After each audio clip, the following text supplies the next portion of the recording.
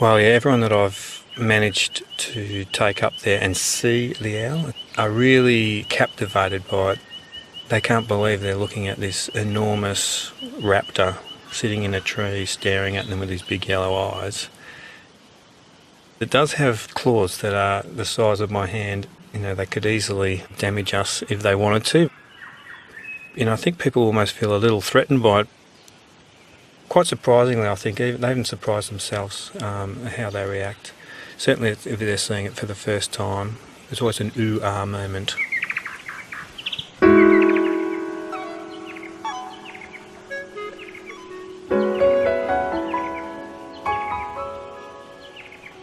Miles Galdard tells me he's almost hitting the pinnacle of his career, and if this owl could just find a girlfriend, he'd already be there.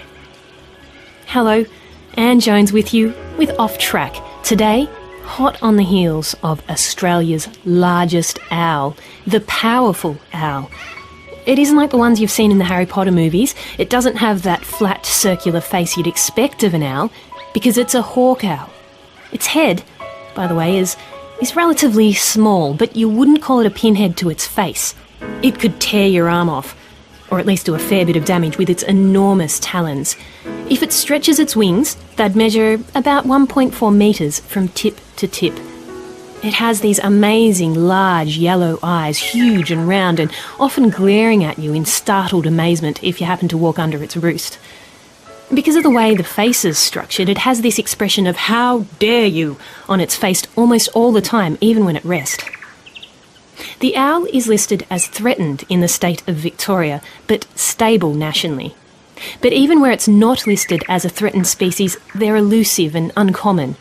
They have a large permanent range, multiple roost within those ranges, and even experienced birdwatchers walk right past them because of their excellent camouflage, which from below is light and dark chevrons, blending perfectly with the foliage. So when I heard that a new bird had been spotted at Crusoe Reservoir in central Victoria, I jumped at the chance to get out there and hopefully see my first powerful owl. If you look through the binoculars, there's all these claw marks on it, and that's usually where the bird is. It's completely ripped up. So he's not there today.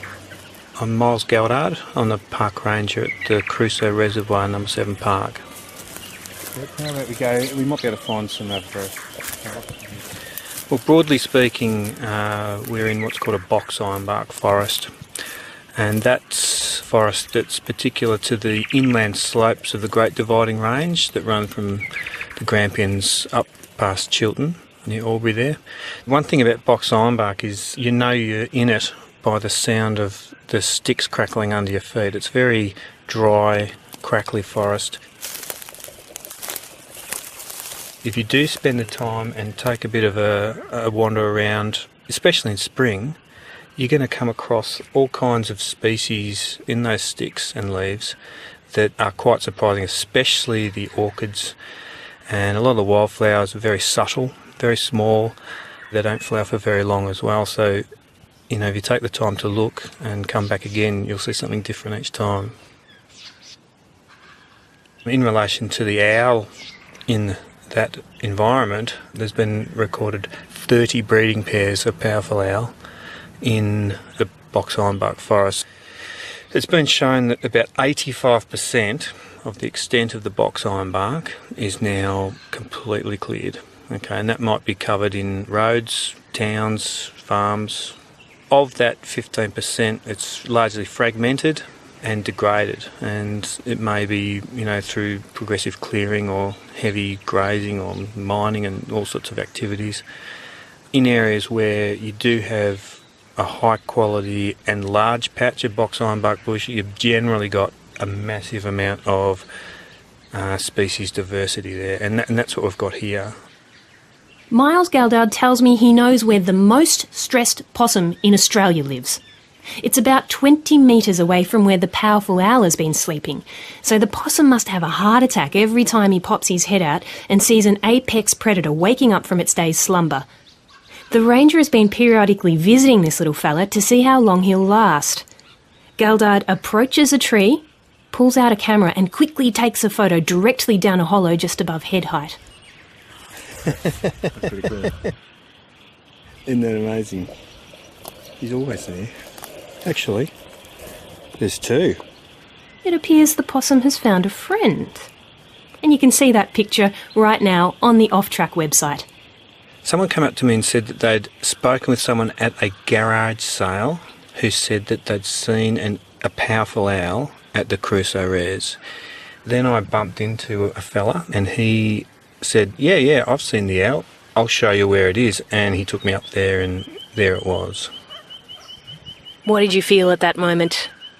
I was very excited because a raptor, like a primary hunter, to be in an area means that all the other parts below it are all in place, that, it can support an owl like this. So it's good stuff. What does an owl like this need for support? Well, it needs an ecosystem in place with all the levels in that ecosystem to be functioning. So it needs all the insects and all the plants and all the flowers and everything to be happening, so it supports all those species that eat them, that eat those species, that eat those species, and they're the ones at the top that eat everything else. So all those little foundation parts need to be in place for that owl to sit at the top there. What can you tell me about this individual? Well, I can't tell you too much. I know it's a young one. It's a juvenile. It's probably a fledgling from either the Mandurang population or Pilcher's Bridge, perhaps Heathcote, but that's a lot further away. Those pairs over in those parts of the world do breed each year, and last year they had 2 chicks at the Mandurang site, and so we've got a theory that this is probably one of those chicks that's fledged off and come to live here. There's no privacy in the owl world, is there? Well, we didn't see it today, so it's managing to elude us and probably having a nice quiet time somewhere. Now, Miles Galdard obviously has a professional interest in this owl, but there are plenty of people around who have been lurking about since the reports have made their way around the traps. My name's Ken Dredge. We live in Golden Square. Lived in country all our life, and we're with the Friends of Crusoe support group. So where did the birdwatching start for you? It actually started when we were living just out of Castlemaine, a little place called Friarstown. We're having a family barbecue and this little bird just landed in the tree beside us, and it was black and blue and reddy and, oh, what's that? Never knew anything like that existed. So we actually went to the library, got a bird book out and identified it as a mistletoe bird. We thought, wow, and then you flick through the page and, oh, I've seen that, and it just grew from there. That was back in the early 80s. We do campouts and birding and just birding. Ken Dredge has weekly walks around the park where he keeps a tally of bird species he's seen. For those who've never come into contact with a birdwatching enthusiast, counting and listing are integral parts of the hobby. I get an average of probably up near 50 birds species on a round trip this time of the year. Whereas, Melbourne Reserves and a lot of those other spots anywhere in Victoria are averaging around 30s, 20s, 30s, something like that. But so it is an exceptional spot. It's just like a food bowl. I liken it to a food court in one of the great big supermarket chains. Everyone flocks in and you can have your choice. You can go for whichever you want. It's all here. It's all available within a beautiful 3.3 kilometre flat walk. A bit more if you want to take to the backtracks. Now look, we've been out looking for the powerful owl and we haven't had much luck. Have you had any luck? No. I thought I had it just before we went away for our trip to Alice Springs. I had honey eaters attacking something up in the top of a tree, and I went and I searched and didn't find anything. We headed off, and then 3 days later the powerful owl had been spotted in the same spot, so I think he must have been there and I just didn't get him this time. But what's it like seeing an owl? Because I know it's a thrill seeing a species you don't generally see in your everyday. But is it different when it's a big top predator like an owl? It is. You just look at it and you look pretty much in awe to think, this is nature. This is a larger size of nature. But I think you get equal as much enjoyment as seeing a little uncommon crimson chat or a powerful owl or just something that's got that different. A lot of them have their own personality and characteristics. Some of them can be cheeky and perky and others shy and secretive, and it's a world of its own. I love it.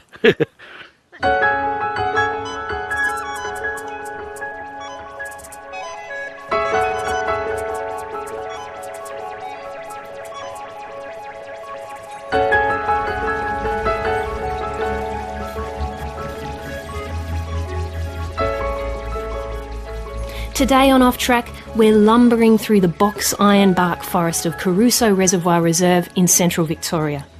I'm Anne Jones, and you're listening to RN. We're looking for a powerful owl, one of Australia's largest predators. The owls generally hunt at night, on silent wings, taking possums such as the greater glider or even brushtails, which are quite big, let me tell you. And the owl bites the head of the possum off immediately and then carts the body back off to one of its roosts. It's gruesome stuff, because it then takes a nap, holds onto that possum body with one foot and a branch with another. It's sort of like putting your leftover takeaway in the fridge for later, but the owl will larder its prey like this for some time. Miles Galdard is the park ranger for the Caruso Reservoir and Number 7 Park. Yeah, so there's more ribs, but there's a bit of vertebrae in there. Well, the owl was sitting in the tree during the day, feasting on its booty it had caught during the evening, which was a ringtail possum. Yeah, so we've got a photo of it hanging onto a ringtail possum. Okay. I only know that because I could see the tail, because in the photo, the head was completely gone. It had already been eaten. And what's going to happen then is it'll separate the good bits from the bone and the teeth and the fur, consume the good bits and regurgitate the other parts it doesn't want. It regurgitates them, not how humans regurgitate. Actually, in some ways, it's less disgusting than the way that humans do it. It comes out in sort of little packages. Yeah, humans tend to be quite broadcasting when they regurgitate, and they're not too fussy about what it is usually. But with an owl, it's very specific. So they'll consume the parts of the animal they're eating that give them energy and sustenance, and the heavy parts that don't, such as the teeth, bones and fur, they'll produce this nice little package called a pellet, about the size of a cigar in the case of the powerful owl, so quite a large pellet, and regurgitate it up. And what you can do is split those apart and identify what the owl's been eating for lunch. It could be a smashed up leg bone, a femur or something. That looks like a bone out of a ringtail possum. So that'll also give you an idea of what you've got here in the park that you might not actually spied with your own eyes. That's right. Early on in my job here a couple of years ago, we found a pellet at the Number 7 Reservoir, which is up the other end of the park. It was a large pellet, so it was from either a barking owl or a powerful owl. And in it was a brush-tailed phascogale's jawbone. So we hadn't recorded those in the park previously, so we did get that species ticked off on the list, and started putting up some habitat for it also. So without actually seeing the animal alive running around, we knew it was here. You know it's in the vicinity, right? Because how far might these guys travel, or might their range be? The owls, the owls have a fairly large home range, especially in a dense forest environment. So like the area here up on the Big Hill Range, it's pretty good forest. They'll have a large home range, and that's basically because they've got to find their food, so they'll travel. Whereas it's been recorded in urban environments and suburban environments, especially in Sydney and even in Melbourne, the populations can be a lot denser.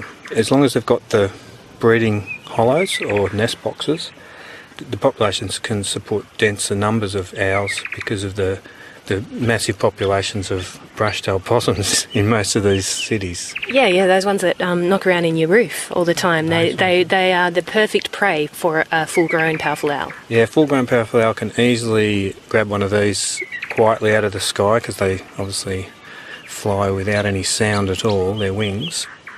And they'll just pick one up and have it for a meal. And I think a pair need about 300 possums per year to survive. So that's nearly one every day. So they're pretty good at controlling possum numbers in certain areas.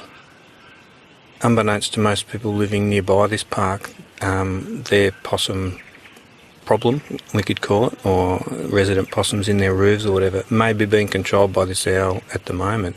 The owl may even migrate down into town and eat a few greyhead flying foxes that inhabit Rozzy Park at the moment. So anything is possible like that. We are hoping that we'll get some boxes up further into town, some large owl boxes, and maybe they will migrate down there and start living in the urban and suburban parts of Bendigo.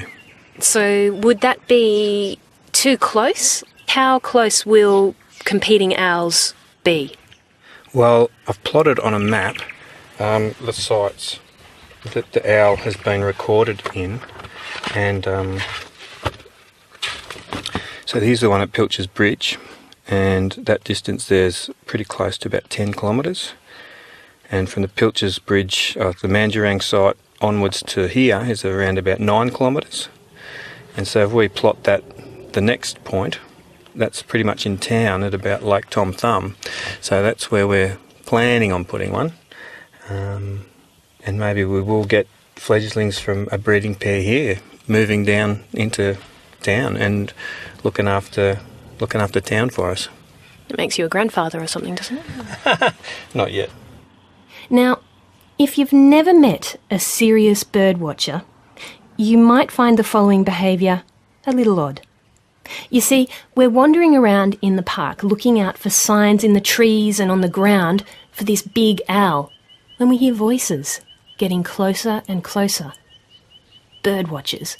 5 of them, all men, all serious, with cameras and binoculars, and looking for the exact same thing that we are. And in around the right spot too. How did they know that there was an owl in these parts?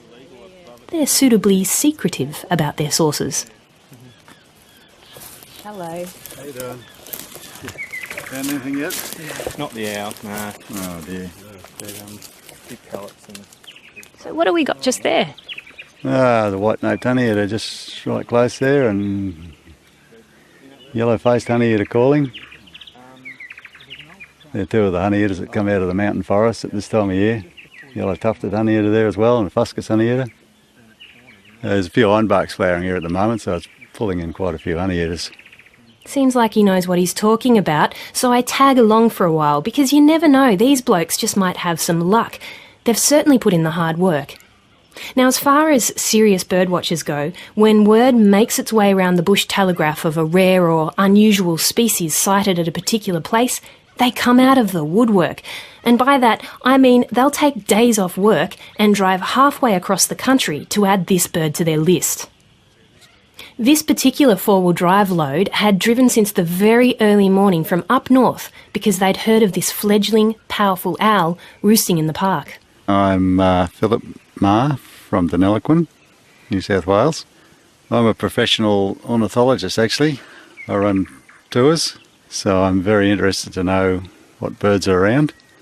And powerful owls very high up on my list of birds that I like to show people, know where they are.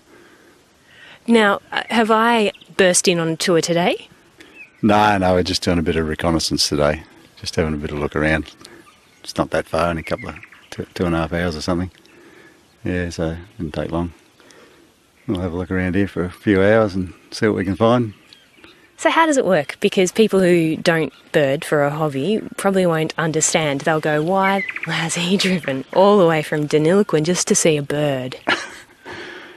Oh, well, birds, we love birds and we like to look at them and like this. Powerful owl's a pretty big bird to come looking for. Biggest owl in Australia. Eats predominantly possums and gliders, so it's got massive feet. It's about 2 foot long, I guess, and sort of mottled dark brown plumage. Yeah, roosts up fairly high, usually up in the eucalypts. Yeah, they're very well named. Someone's going to give you the box. Oh, Sue. Sue. Yeah. In the box. Out in my jar. Yeah. So we go a bit closer. I've never seen a nightjar before. Yeah.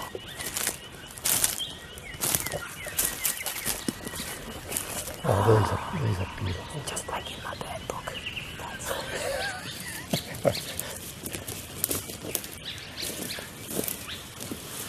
So would they normally sit sentinel like that in the daytime? Yeah. They normally would? Yeah, they like to come out in the sun.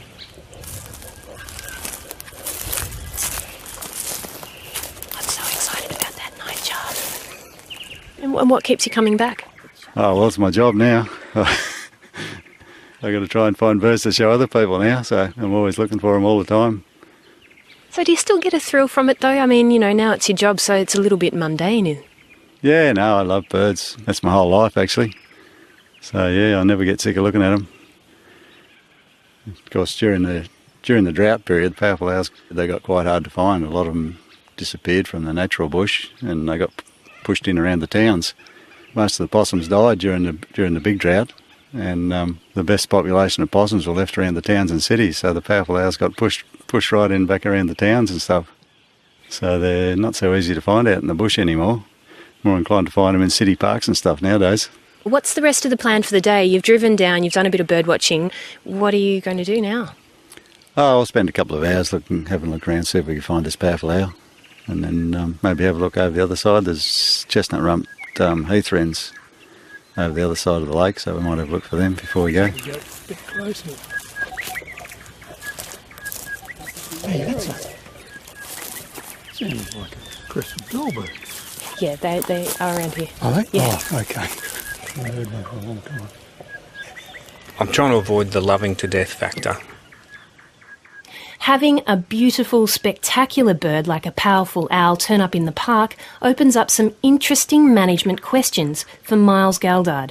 Because, as we've just heard with the blokes from Deniliquin, the bird attracts people, and in turn, people can repel birds. Part of the thing of finding a rare animal is like those guys earlier, it just brings the crowds, and there's this old thing of loving something to death, anything pretty, rare, whatever, and it can impact on survival of some of these rare animals. And I don't know whether just a photo on a notice board down the front is enough for people to go, wow, that's great, or do they need to see it?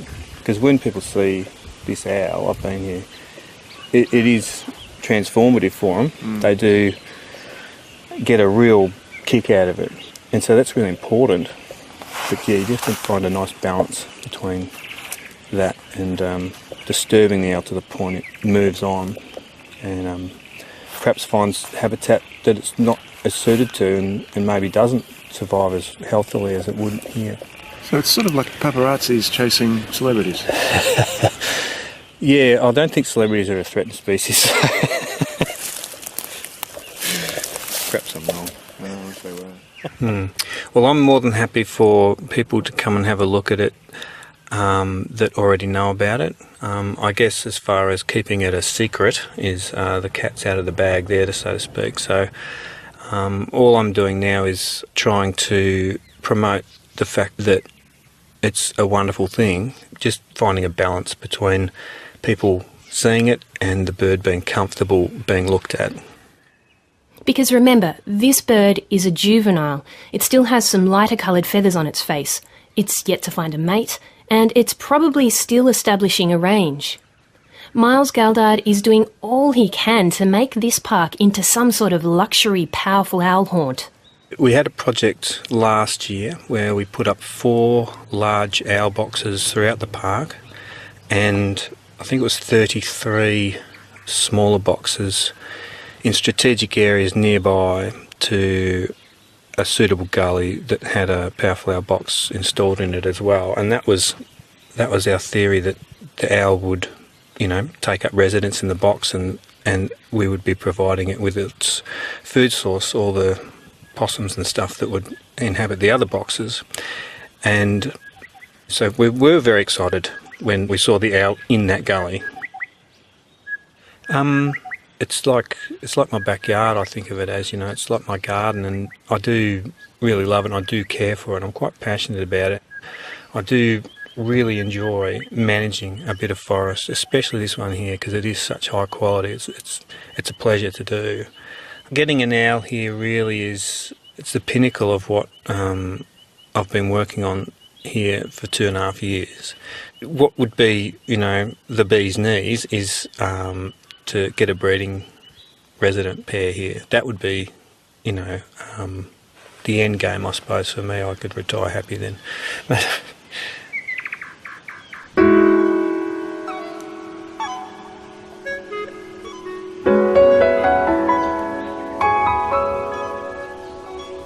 Miles Galdard, who looks after a patch of beautiful box ironbark forest within the Caruso Reservoir and Number 7 Park in central Victoria. I'm not telling you where the roost sites of that owl are. And besides, we didn't see him or her anyway. If you've seen one, I'd love to hear from you. I'd love to see your photos. Tell me via the RN Facebook page or leave me a comment on our webpage, abc.net.au/RN, and then use the program menu on the right to find us, Off Track. I'm Anne Jones, and next week on Off Track, I'll take you somewhere else.